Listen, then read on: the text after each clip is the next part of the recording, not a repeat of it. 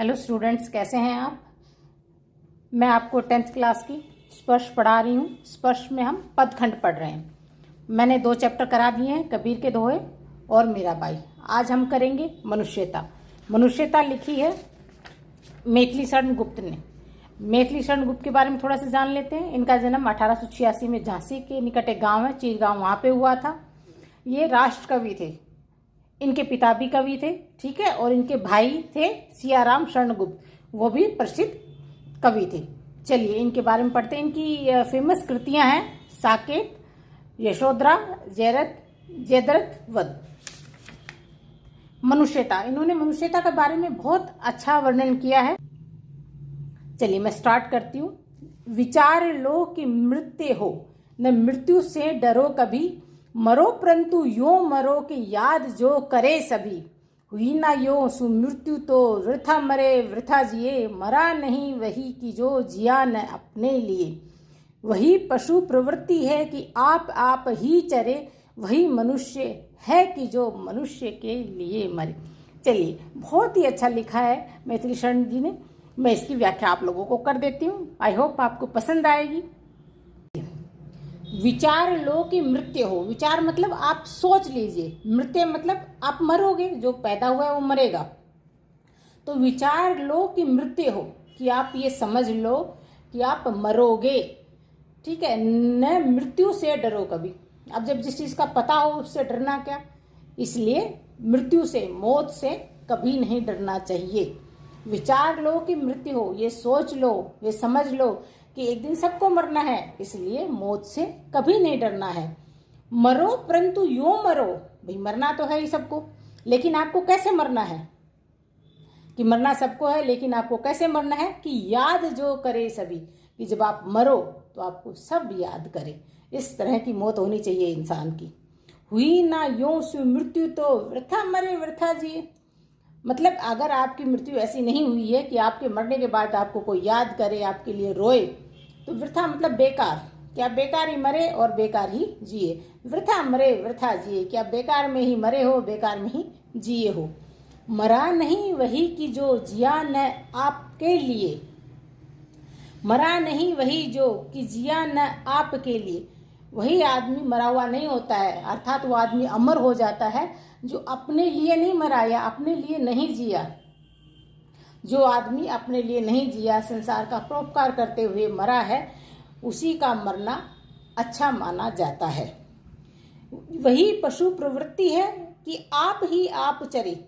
पशु प्रवृत्ति कैसे होती है, आपने कभी जानवरों को देखा होता है, घास रखी है, कुछ भी रखे हैं तो सब भागते हैं उसको खाने के लिए, और जल्दी जल्दी खाते हैं कि जितना खा लें उतना ठीक है, कि बाद में पता नहीं मिलेगा नहीं मिलेगा, और वो दूसरों को खाने नहीं देता है।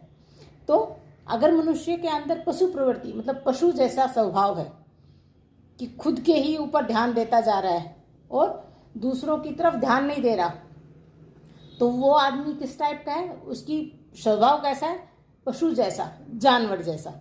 कि वही पशु प्रवृत्ति है जो आप ही आप चरे, जो अपना ही भला सोचता रहे, अपने ही बारे में करता रहे, वो उसका स्वभाव कैसा है, पशु जैसा, जानवर जैसा। लेकिन हम तो इंसान हैं, मनुष्य हैं, तो हमारा स्वभाव ऐसा नहीं होना चाहिए। कवि गुप्त जी यही बात बताना चाह रहे हैं। वही मनुष्य है कि जो मनुष्य के लिए मरे। अब मनुष्य वही मनुष्य है, वही इंसान है जो दूसरे के लिए मरे। दूसरे के लिए मतलब दूसरे की भलाई करते हुए, परोपकार करते हुए मरे। आई होप ये आपको समझ में आ गया होगा। चलिए अब अगला करते हैं। हेलो स्टूडेंट्स, चलो अगला वाला करते हैं हम स्ट्रेंजर। उसी उदार की कथा सरस्वती बखानती, उसी उदार से धरा कृतार्थ भाव मानती। उसी उदार हृदय वाला, दूसरों का परोपकार करने वाले व्यक्ति की कथाएं, कथा मतलब कहानियाँ, सरस्वती मतलब किताबों में लिखी जाती हैं। उसी महान पुरुष की कहानियाँ किताबों में लिखी जाती हैं, जैसे सुभाष चंद्र बोस, अपने आज़ाद, भगत सिंह, इनकी कहानियाँ किताबों में लिखी जाती हैं और हम लोग उनको पढ़ते हैं। जो लोग दूसरों का परोपकार करते हुए मर जाते हैं, उन्हीं की कहानियाँ पुस्तकों में लिखी जाती हैं। उसी उदार से धरा कृतार्थ भाव मानती, और उसी महान व्यक्ति के लिए पृथ्वी अपने आप को धन्य समझती है। कृतार्थ मतलब धन्य समझना, धरा मतलब पृथ्वी धन्य मानती है कि ऐसा महान पुरुष मेरे यहाँ पैदा हुआ। उसी उदार की सदा सजीव कीर्ति कूंजती, तथा उसी उदार को समस्त सृष्टि पूजती। उसी महान व्यक्ति, दूसरों का उपकार करने वाले व्यक्ति की सजीव मतलब जीवित रहती है, कीर्ति मतलब यश। ऐसे महान व्यक्ति की कीर्ति सदैव जीवित रहती है, हमेशा गूंजती रहती है। जैसे आज हमारे बीच में सुभाष चंद्र बोस जी नहीं है, भगत सिंह नहीं है, चंद्रशेखर आज़ाद नहीं है, लेकिन उनकी जो कीर्ति है, जो उनका यश है, आज भी जीवित है। आज भी हम उनके बारे में पढ़ते हैं। तथा उसी उदार की समस्त सृष्टि पूजती, और उसी महान व्यक्ति को समस्त मतलब पूरी सृष्टि मतलब संसार उनकी पूजा करता है। इन महान पुरुषों की सदैव संसार में पूजा होती रहती है। अखंड आत्म भाव जो असीम विश्व में भरे, और उसकी जो परोपकार, दूसरों का परोपकार करता है, उस व्यक्ति के अंदर कैसा भाव होता है कि सारा विश्व एक है, कि विश्व टुकड़ों में बटा हुआ नहीं है, ये मेरा है, ये पराया नहीं है, सारी धरती के लोग, प्राणी सब उसके अपने हैं, ऐसा भाव उसके अंदर होता है। वही मनुष्य है कि जो मनुष्य के लिए मरे। वही मनुष्य है जो दूसरों का परोपकार करता हुआ मरे, सिर्फ अपने बारे में ना सोचे। मैत्री शरण गुप्त ने बहुत ही प्यारी व्याख्या इसमें की है। चलिए अब अगला पैरा करते हैं। क्षुधार्ध रंति देव ने दिया कस्थ थाल भी, तथा दधीचि ने दिया परार्थ अस्ते जाल भी। उसी नरेश क्षितीश ने स्व मास दान भी किया, सहर्ष वीर कर्ण ने शरीर चर्म भी दिया। नित्य देह के लिए अनादि जीव क्या डरे, वही मनुष्य है कि जो मनुष्य के लिए मरे। इसमें बताया गया क्षुधार्ध मतलब भूखा। रंतिदेव एक राजा हुए हैं, उनके हाथ में क्या था, कस्थ, अपने हाथ में क्या था, थाल था, खाने का थाल था। तो एक भूखे व्यक्ति को राजा ने अपने हाथ में आया हुआ भोजन का थाल दे दिया। तथा दधीचि ने दिया प्रार्थ अस्ते जाल भी, और ऋषि दधीचि ने अपने शरीर मतलब प्रार्थ दूसरों के उपकार के लिए अस्थि जाल, अपने हड्डियों का ढांचा दे दिया।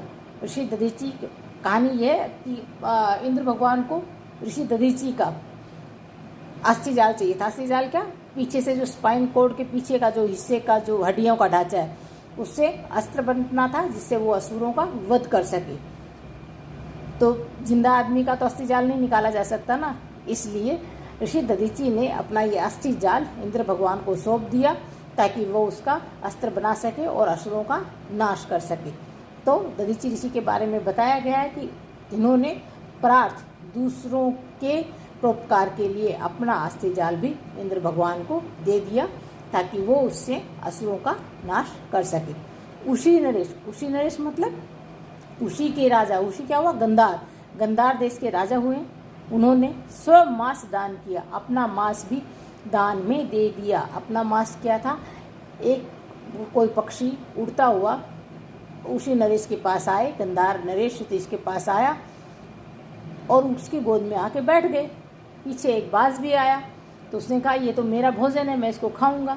लेकिन क्षितिज राजा ने क्या कहा, क्योंकि ये मेरी शरण में आया, मैं तुम्हें दे नहीं सकता। तो उन्होंने कहा कि ठीक है। फैसला क्या हुआ कि इस पक्षी के बराबर का मांस आप मुझे दे दीजिए। तो गंधार नरेश ने अपने शरीर से मांस काटकर उस पक्षी के बराबर तोलकर उस बाज को दे दिया। सहर्ष वीर कबीर ने, सहर्ष मतलब खुशी खुशी, वीर कर्ण ने अपने शरीर का जो चर्म, उसके शरीर से जो कवच जुड़ा हुआ था, वो भी दान में दे दिया। ये भी कहानी है महाभारत के युद्ध में। कर्ण सुबह सुबह स्नान करते हैं और विष्णु भगवान एक ब्राह्मण का रूप धारण करके उनसे दान मांगने आ जाते हैं, क्योंकि स्नान कर रहे होते हैं, उनके पास कुछ नहीं होता। वो पूछते हैं कि आपको क्या चाहिए। उन्होंने कहा जो आपके शरीर पे जो ये कवच लगा हुआ है, क्योंकि उनको था कि जब तक कवच लगा रहेगा उनको कोई मार नहीं सकता, तो ये कवच आप मुझे दान में दे दीजिए। कर्ण को पता था ये विष्णु भगवान है जो साधु के वेश में आए हैं, लेकिन उन्होंने उससे मांगा। वो बहुत बड़े दानवीर कहे गए हैं कर्ण, तो उन्होंने अपना मांस मतलब उनका जो कवच था वो शरीर से जुड़ा हुआ था, उसको उतार के दान में दे दिया। अनित्य देह के लिए, अनित्य देह मतलब ये देह कैसी है, मरणशील है, हमेशा आत्मा शरीर को बदलती रहती है। अनित्य देह के लिए अनादि जीव क्यों डरे। अनादि मतलब आत्मा तो अमर है, हर बार नया नया शरीर धारण करती रहती है। तो ये जो शरीर नश्वर है, इसके लिए जो जीव, जो आत्मा अमर है, वो किस लिए डरे। वही मनुष्य है कि जो मनुष्य के लिए मरे। मनुष्य वही है जो मनुष्य का उपकार करता हुआ मर जाए। आई होप समझ में आ गया होगा। एंजॉय कर रहे हैं? चलिए जी नेक्स्ट करते हैं। चलिए स्टूडेंट्स नेक्स्ट, सहानुभूति चाहिए महाविभूति है यही। अगर आपको संसार की सहानुभूति चाहिए, प्यार चाहिए, तो सबसे बड़ी संपत्ति क्या है? मनुष्यता। कि आपको मनुष्यता रखनी होगी, दूसरों का परोपकार करना होगा, भला करना होगा। वशीकृता सदैव है बनी वही स्वमहि, मतलब वही लोग महान हैं जिन्होंने वशीकर्ता मतलब संसार को अपने वश में कर लिया है। और अपने वश में कोई डर से तो होता नहीं है। कैसे वश में होता है? आप किसी की भला करेंगे, दया करेंगे, परोपकार करेंगे, तभी तो लोग आपके आगे झुकेंगे, आपके वश में होंगे। तो ये गुण होने से ही संसार में व्यक्ति आपके अधीन होंगे। तो अगर आपको महान करना है, अपने अधीन करना है, तो आपको क्या करना पड़ेगा? खुद को महान करना होगा। खुद को महान कैसे करेंगे? मनुष्यता के सारे गुणों को अपना कर। अब इसमें भगवान बुद्ध का उदाहरण दिया गया है। विरुद्धवाद बुद्ध का दया प्रवाह में बहा। जब भगवान बुद्ध ने बौद्ध धर्म का प्रचार किया था तो बहुत सारे लोग उनके विरुद्ध हो गए थे, लेकिन उनकी दया सहानुभूति का जो प्रवाह था, वेग था, उसमें ये जो विरुद्ध लोग थे वो भी उसमें बह गए, अर्थात उनके साथ साथ चल पड़े। जब भगवान बुद्ध ने बौद्ध धर्म का प्रचार किया और अपना दया का प्रभाव बढ़ाया, अपनी दया लोगों के प्रति दिखाई, तो जो लोग विरुद्ध थे, उनके विरोध में खड़े थे, वो भी उनके साथ चल पड़े। विनीत लोक वर्ग क्या न सामने झुका। और ये जो संसार के लोग थे, लोक वर्ग, संसार के लोग, क्या उनके सौम्य स्वभाव के आगे नहीं झुके? ये भगवान बुद्ध की बात चल रही है। आह यही उदार है परोपकार जो करे। यही मनुष्यता है, यही उदारता है कि जो परोपकार करेगा उसके आगे सब लोग झुकेंगे। वही मनुष्य है कि जो मनुष्य के लिए मरे। वही मनुष्य है जो मनुष्य के लिए मरे, अर्थात मनुष्य का परोपकार करे, दूसरों की भलाई के बारे में सोचे। अगला करते हैं। रहो न भूल के कभी मदंध तुच्छ वित्त में। मदंध मतलब होता है गर्व में अंधे, घमंड में अंधे। तुच्छ मतलब छोटी सी क्या चीज़ है? वित्त। वित्त मतलब धन। कभी भी ये जो छोटी सी चीज़ धन है, ये तुच्छ चीज़ जो धन है, इसके गर्व में, इसके घमंड में अंधे मत बनो। सनाथ जान आपको करो न गर्व चित्त में। अपने आप को सनाथ कि भाई मैं तो, मेरे मालिक हैं, मैं अनाथ नहीं हूँ, ये जानकर कभी भी अपने मन में, चित्त मतलब मन, गर्व मतलब घमंड, अपने ऊपर घमंड नहीं करना चाहिए। अनाथ कौन है यहाँ? या अनाथ कौन है यहाँ? कोई अनाथ नहीं है, सब सनाथ है। क्यों? त्रिलोकनाथ साथ है। तीनों लोकों के नाथ मतलब ईश्वर जिसके साथ है, जिसके साथ तीनों लोकों के भगवान साथ में है, वह व्यक्ति कैसे अनाथ हो सकता है? तो यहाँ पर कोई अनाथ नहीं है, सभी सनाथ है, सभी के भगवान है। इसलिए अपने आप को सनाथ समझ के घमंड नहीं करना चाहिए। यहाँ कोई अनाथ नहीं है, ईश्वर सबके साथ है। दयालु दीन बंधु के बड़े विशाल हाथ हैं, अतीव भाग्यहीन है अधीर भाव जो करे। वही मनुष्य है कि जो मनुष्य के लिए मरे। अब क्या कह रहे हैं? दयालु दीन बंधु के। भगवान कैसे हैं? दयालु हैं, दूसरों का भला करने वाले हैं, इनके हाथ बहुत विशाल हैं। विशाल हाथ का मतलब वो सबकी मदद करते हैं। अतीव भाग्यहीन है अधीर भाव जो करे। वो लोग भाग्यहीन हैं जो हमेशा व्याकुल रहते हैं, छोटी छोटी बातों पे अधीर होते हैं, छोटी छोटी बातों पर व्याकुल हो जाते हैं, वो लोग भाग्यहीन हैं। वही मनुष्य है कि जो मनुष्य के लिए मरे। मनुष्य वही है जो दूसरों का परोपकार करता हुआ खत्म हो जाए, मर जाए। इसलिए क्या करते हैं? अनंत अंतरिक्ष में अनंत देव हैं खड़े। अनंत मतलब असंख्य, जिसकी आप गणना नहीं कर सकते। इतना बड़ा अंतरिक्ष है, उसमें अनंत देवता हैं खड़े, उसमें असंख्य देवता खड़े हुए हैं। समक्ष हो सौ बाहु जो बढ़ा रहे खड़े खड़े। समक्ष जो हमारे सामने, सौ बाहु अपनी भुजाएं, कैसी भुजाएं? उनकी बड़ी बड़ी भुजाएं बढ़ा रहे हैं, अर्थात हमारी मदद के लिए तैयार खड़े हैं। परस्पर अवलंब से उठो तथा बढ़ो सभी। परस्पर मतलब एक दूसरे के साथ के साथ सभी उठो, कि हम एक दूसरे का सहारा है ऐसा सोचकर उठो और आगे बढ़ो। अभी अमृत्य पंख में, अभी मतलब अभी उठकर क्या करो? अमृत्य, जहाँ मरते नहीं है लोग। कौन सा लोक है वो? स्वर्गलोक, अंक मतलब गोद में, अपंक मतलब कलंक रहित, हो चढ़ो सभी। अभी तुम सब कलंक रहित हो और सभी एक साथ आगे बढ़कर मृत्युलोक को छोड़कर स्वर्गलोक की गोद में जाके बैठो, अर्थात देवताओं की गोद में तुम बैठो। अभी तुम कलंक रहित हो, अर्थात परोपकार करते हुए आगे बढ़ो, और आगे बढ़ोगे परोपकार करते हुए तो तुम्हें कौन सा लोक मिलेगा? स्वर्गलोक मिलेगा, जहाँ आप देवताओं की गोद में जाकर बैठोगे। रहो ना यूं कि एक से न काम और का सरे। और आपको इस संसार में कैसे रहना है कि हम अकेले कुछ नहीं कर सकते, हम परस्पर एक दूसरे के साथ रहकर ही आगे बढ़ सकते हैं। ऐसी भावना रखते हुए हमें आगे बढ़ना चाहिए और काम करना चाहिए। वही मनुष्य है कि जो मनुष्य के लिए जिए। मनुष्य वही है जो दूसरों के परोपकार करते हुए जिए और मरे। चलिए स्टूडेंट्स, अगला पैराग्राफ करते हैं। थोड़ा बड़ा हो रहा है क्योंकि ये चैप्टर थोड़ा बड़ा है। मनुष्य मात्र बंधु है। मनुष्य क्या है? केवल एक बंधु है, एक इंसान है। यही बड़ा विवेक है। हमें यही सोचना चाहिए कि हम इंसान हैं और इंसानियत रखें। पुराण पुरुष स्वयंभू पिता प्रसिद्ध एक है और हम सभी का पिता ईश्वर एक है, जिससे हम सब जन्मे हैं। हमारे पुराणों में ये बात सिद्ध हो चुकी है कि हम सभी एक ही परम पिता परमात्मा की संतान हैं। फल अनुसार कर्म के अवश्य बाह्य भेद है, और हर एक इंसान को, हम संतान तो एक ही ईश्वर के हैं, लेकिन हम सबके कर्म अलग अलग हैं, ठीक है। और हमारे कर्मों के ही अनुसार हमें फल मिलेंगे। अगर कोई चोरी करेगा तो जेल जाएगा, अगर कोई अच्छा काम करेगा तो उसे अवार्ड मिलेगा, रिवार्ड मिलेगा। तो ये जरूरी नहीं है कि एक ही पिता की संतान है तो सबको एक ही कर्म के अनुसार फल मिले, नहीं। आप जैसा कर्म करोगे उसी के अनुसार, कर्म के अनुसार फल, अनुसार कर्म, कर्म के अनुसार आपको फल मिलेगा। ये अलग अलग प्रकार के हो सकते हैं। कोई अच्छा काम करेगा उसको अच्छा फल मिलेगा, बुरा काम करेगा उसको बुरा फल मिलेगा, ठीक है। परंतु अंतरेक में प्राणभूत वेद है, लेकिन हमारे वेदों में प्रमाणभूत मतलब साक्ष्य मिले हैं। इस बात के साक्ष्य हैं हमारे वेदों में क्या? कि अंतरेक की आत्मा एक है, कि आत्मा एक है। अनर्थ है कि बंधु ही न बंधु की व्यथा हरे। अनर्थ ये बहुत खराब चीज़ है, अनर्थ है, गलत चीज़ है कि बंधु मतलब एक इंसान अपने साथी इंसान की व्यथा मतलब कष्टों को ना हरे, ना दूर करे।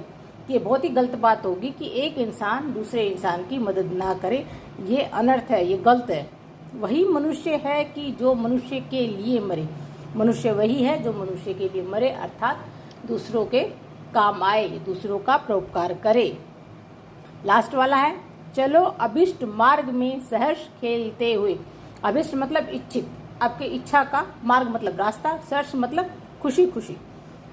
अब क्या कह रहे हैं मैथिलीशरण गुप्त जी कि चलो अपने इच्छित मार्ग की ओर, अपने इच्छित रास्ते की ओर सब हंसी खुशी से खेलते हुए आगे बढ़े।